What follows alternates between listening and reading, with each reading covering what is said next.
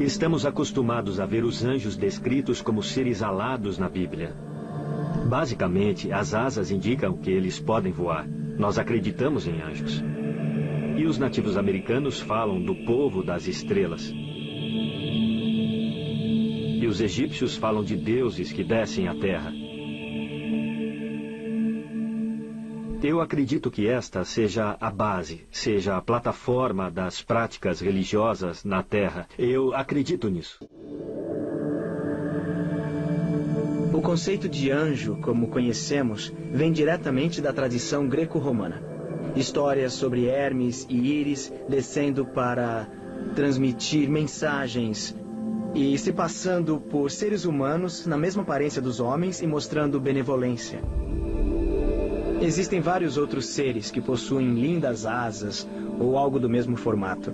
Mas esses seres, seja lá do que forem feitos, são uma maneira de nos dizer que temos uma certa dificuldade em entender o que nos separa deles e dos deuses. Era preciso que eles fossem seres estranhos e com asas. Os anjos aparecem em várias culturas como uma tecnologia erroneamente identificada. Se eles vissem alguém voando, seja um ser humano ou um humanoide, seria normal atribuir asas a este ser. Mas, na verdade, não acho que eles tinham asas. Era um jeito do homem do passado de dizer que eles podiam voar. Pesquisadores também concluíram que os anjos, se comparados aos humanos, seriam pesados demais para voar. Nós não temos aerodinâmica para voar. E somos muito pesados. Temos ossos pesados, músculos sólidos. E isso impediria um humanoide de voar. Mas se é impossível para um anjo ter asas, como ele consegue descer à terra e subir aos céus?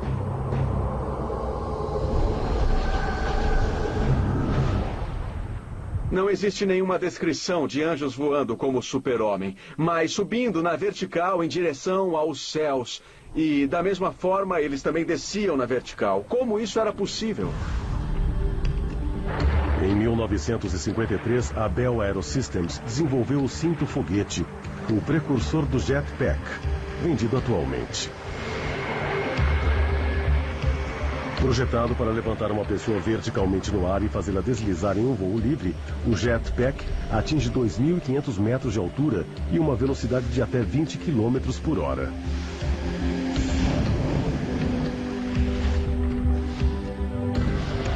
Analisando um jetpack moderno, o usuário sobe e desce em uma posição vertical. Agora imagine nossos ancestrais vendo uma cena dessas. Como eles reagiriam? Obviamente, diriam: nossa, isso só pode ser uma criatura divina. Essa criatura é algum tipo de Deus, porque tem a capacidade de voar. São como pássaros e nem mesmo o céu é o limite para eles. Mas será que um aparelho parecido com o jetpack poderia explicar como os anjos da Bíblia eram capazes de subir verticalmente e desaparecer no céu? Teriam eles outros métodos de voo que nossos ancestrais desconheciam? Ezequiel fala de uma carruagem voadora. O Antigo Testamento fala de uma coluna de nuvem de dia e uma coluna de fogo à noite. É claro que se trata de máquinas físicas que os anjos usavam. A história de Jacó e do anjo em Gênesis 28 é o famoso clássico caso de OVNIs. Jacó adormece e sonha com um anjo descendo e subindo uma escada. E essa escada vem do céu. Imagine a porta de uma espaçonave abrindo e uma rampa saindo dela. Parece bastante uma escada. Então, é possível que essa passagem da Bíblia nada mais seja do que um mecanismo tecnológico descrito como uma escada. Nossos ancestrais tentaram explicar uma tecnologia alienígena, sugerindo que um visitante de outro planeta era um visitante do céu com asas de pássaro? Se a resposta for sim, as implicações são profundas e potencialmente perturbadoras.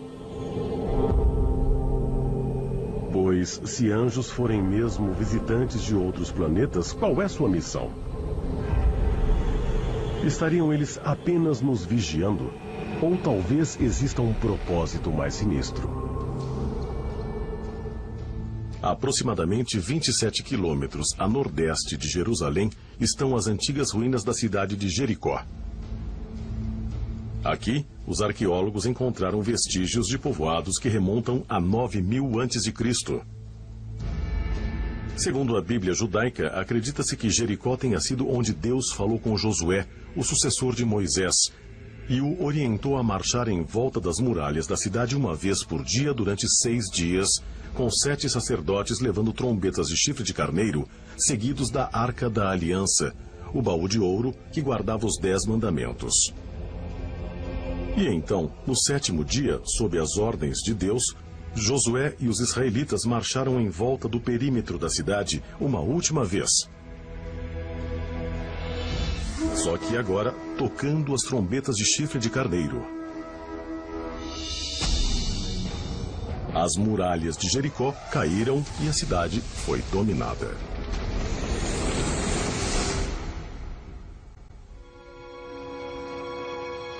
No Antigo Testamento, vemos descrições muito claras em Josué 6 sobre o shofar, que é descrito como a trombeta que foi usada na Batalha de Jericó para fazer as muralhas ruírem. Para os eruditos religiosos, a queda das muralhas de Jericó foi um milagre. Para a maioria dos cientistas e historiadores da atualidade, a destruição foi muito provavelmente causada por um terremoto. Mas será que pode ter sido outra coisa? Será que os israelitas poderiam ter uma avançada tecnologia de ondas sonoras? Sendo o caso, de onde teria vindo? Nas Escrituras há uma história fascinante sobre a queda das muralhas de Jericó.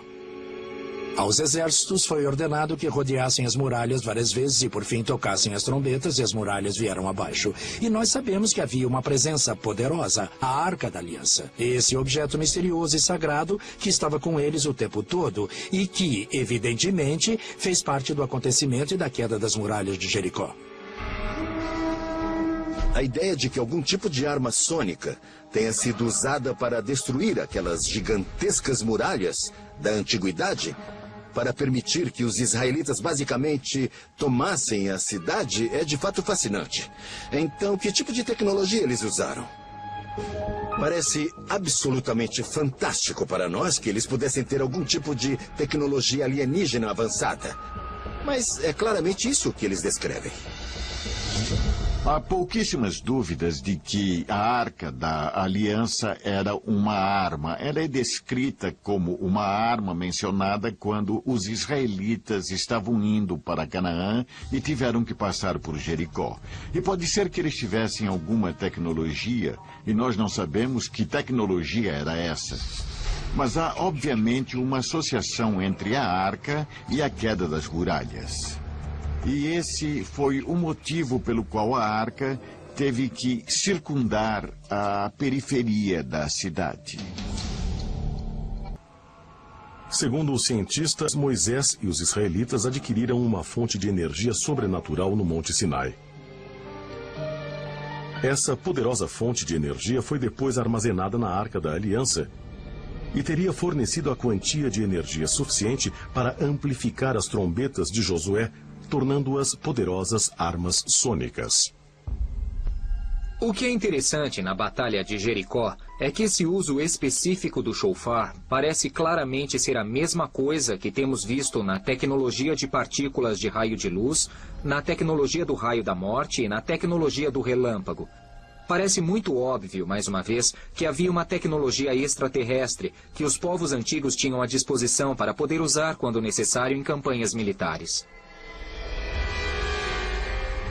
Mas mesmo que os israelitas possuíssem algum tipo de tecnologia extraterrestre avançada, será que o som amplificado das trombetas de carneiro poderia realmente derrubar muralhas de pedra? As últimas pesquisas no campo da acústica física indicam que essa é uma clara possibilidade. Jericó, a queda das muralhas. Se você disser que isso aconteceu, provocado pela acústica, provocado por som... Bem, a possibilidade tem que ser que de alguma forma houve uma ressonância nessa muralha. Pode não ter sido na muralha inteira, pode ter sido em alguns dos materiais estruturais. Quando a ressonância acontece, a amplitude fica bem grande. E sim, pode destruir praticamente qualquer coisa, porque o que a ressonância faz é armazenar enormes quantidades de energia e você vai alimentando-a, e uma hora ela destrói tudo. Quando você quer conhecer a força do som, é preciso entender o básico, que o som é uma onda de pressão.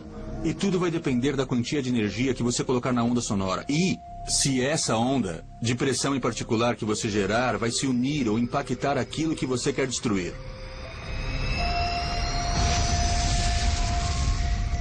Você pode fazê-la bem forte, porque pode fazer com uma amplitude bem alta, pressões muito grandes no som. Pode ser uma frequência ou uma amplitude em que não ouvimos nenhum som, mas do ponto de vista da física continua sendo som, pois é uma onda de pressão no ar. Então pode ser muito destrutiva se você puser bastante energia nela. Você também pode vê-la como uma arma de partículas, pois você movimenta o ar com ela e você só precisa de algo para focalizar o som, o que nós sabemos fazer, e aí você teria um raio de energia dirigido com o som.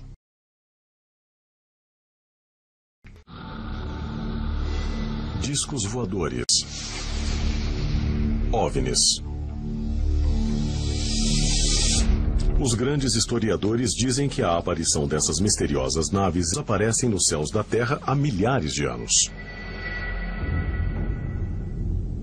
Descrições de discos voadores e o que parece ser algum tipo de aeronave já apareceram em alguns dos mais antigos desenhos das cavernas de que temos conhecimento. Os cientistas calculam que esses desenhos das cavernas sejam de 20 a 30 mil anos antes de Cristo. E esses desenhos das cavernas existem na Rússia, na China, na África, na América do Sul e em outros lugares. E eles parecem ser algum tipo de espaçonave.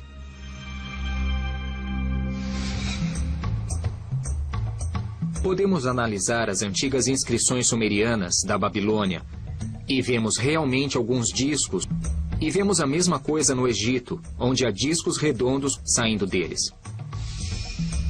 Isso com que estamos lidando são provavelmente discos voadores que eram vistos no espaço. Guatemala, América Central. Segundo a maioria dos grandes estudiosos e arqueólogos, os primeiros povoados da humanidade nesta região são de mais de 14 mil anos atrás. Aqui são encontrados inúmeros artefatos antigos, e entre eles está este. A figura de um homem deitado dentro do que parece ser o casco de uma tartaruga. E quando eu perguntei aos arqueólogos locais o que era aquilo, eles disseram sem a menor hesitação: bom, essas, segundo a lenda, são as tartarugas voadoras gigantes que voavam na Guatemala.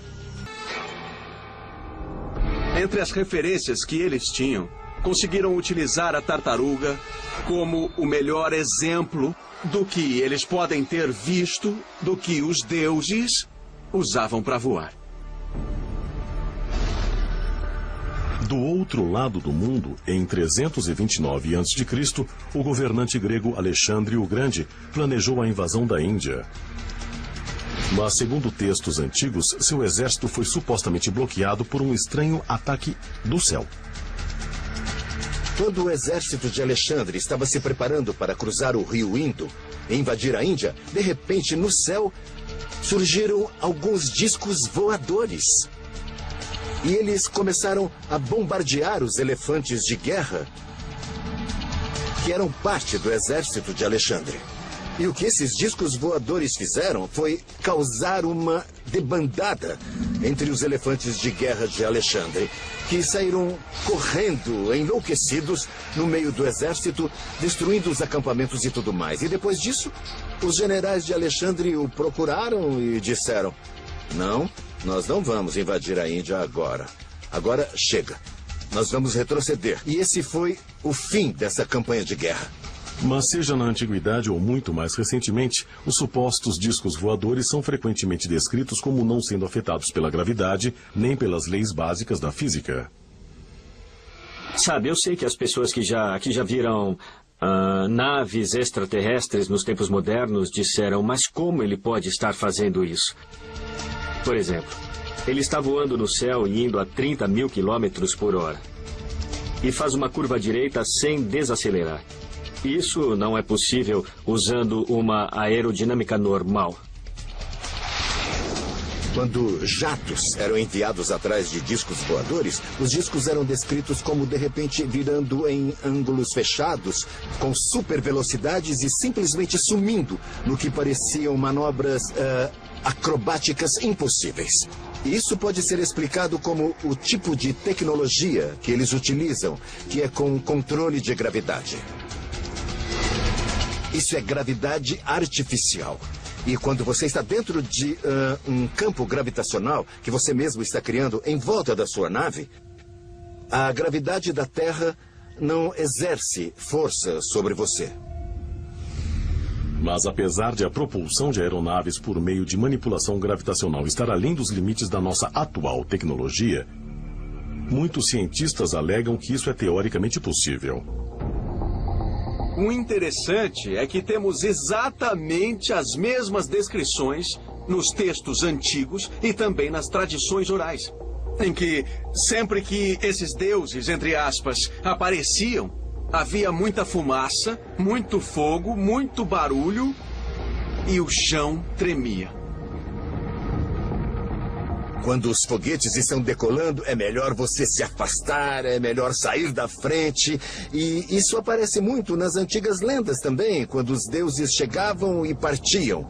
Podiam muito bem ser só esses foguetes ou outros veículos aeroespaciais aterrissando e decolando e fazendo muita fumaça e barulho. Quando você está lidando com esse tema e olha a literatura antiga, você tem que olhar pela perspectiva de como era essa experiência em uma civilização sem nenhuma base para entender a ciência e tecnologia. E eu acho que na antiguidade muitas pessoas viram alienígenas.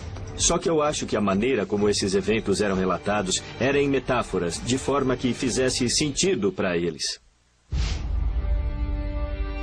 Na China, por exemplo, existem as histórias de dragões voando pelos ares. Eles fazem muito barulho e sai muita fumaça deles e fogo, como um foguete. O primeiro imperador da China chegou em um dragão flamejante, com fumaça e fogo. E sempre que esse dragão aparecia, o chão tremia. E todos ficavam com medo e se jogavam no chão. Agora, é claro que não era um dragão de natureza biológica, um ser vivo, mas uma máquina mal interpretada. Se você observar os deuses gregos, todos eram descritos voando em carruagens de fogo. Bom, uma carruagem de fogo para mim claramente parece muito algum tipo de foguete, provavelmente queimando os motores enquanto aterrissava em algum lugar da Grécia Antiga. No Antigo Testamento, eles falam sobre uma fornalha reluzente como a glória de Deus. Quando esses deuses da antiguidade resolviam descer do céu em uma rajada de raios, trovões e depois saíam da espaçonave, eles eram vistos como deuses.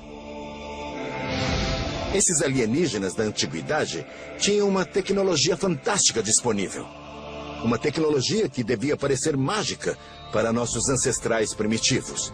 E quando essa gente descia do céu com suas avançadas armas de energia, eles pareciam deuses para nossos ancestrais da antiguidade. De 5.000 a 2.000 a.C., o sul da Mesopotâmia abrigava os sumerianos, uma civilização altamente avançada, onde surgiram alguns dos primeiros astrônomos. Considerada uma das histórias escritas mais antigas da história, o épico de Gilgamesh relata a jornada de um homem para o céu para encontrar o deus Anu. O épico de Gilgamesh, que é da época dos sumerianos, é uma história em que o herói Gilgamesh voa sobre a Terra. Ele descreve a Terra vista de cima. Fascinante. Uma história antiga do primeiro voo. A civilização mais antiga de que se tem registro, a cultura sumeriana, nos deixou vestígios do que é chamado de Shen. Esse objeto é bem parecido com uma cápsula espacial moderna, que é colocada na ponta do foguete. E esse Shen é onde os sacerdotes entravam para interagir com os deuses, ou quando o homem estava subindo ou descendo do céu. Então é um termo muito interessante, usado em uma cultura que existiu em 3800 a.C. e bate claramente com as descrições de um foguete moderno. Será que o homem da antiguidade pode ter tido um entendimento surpreendentemente sofisticado do que hoje chamamos de propulsão de foguete? Acho que todas as coisas que temos hoje já existiram antes e que nosso passado não é ficção científica, mas um fato científico. Será que essas tecnologias já foram vistas e até usadas pelas antigas civilizações? Se for o caso, será que foram concebidas pela mente humana da antiguidade? Ou suas origens seriam outras, talvez de outros mundos? E descobrir os segredos dessas invenções seria a chave para descobrirmos o nosso passado? Ou, ao redescobrir tecnologias perdidas, estaríamos abrindo caminho para o nosso próprio futuro e para o ilimitado potencial do universo infinito?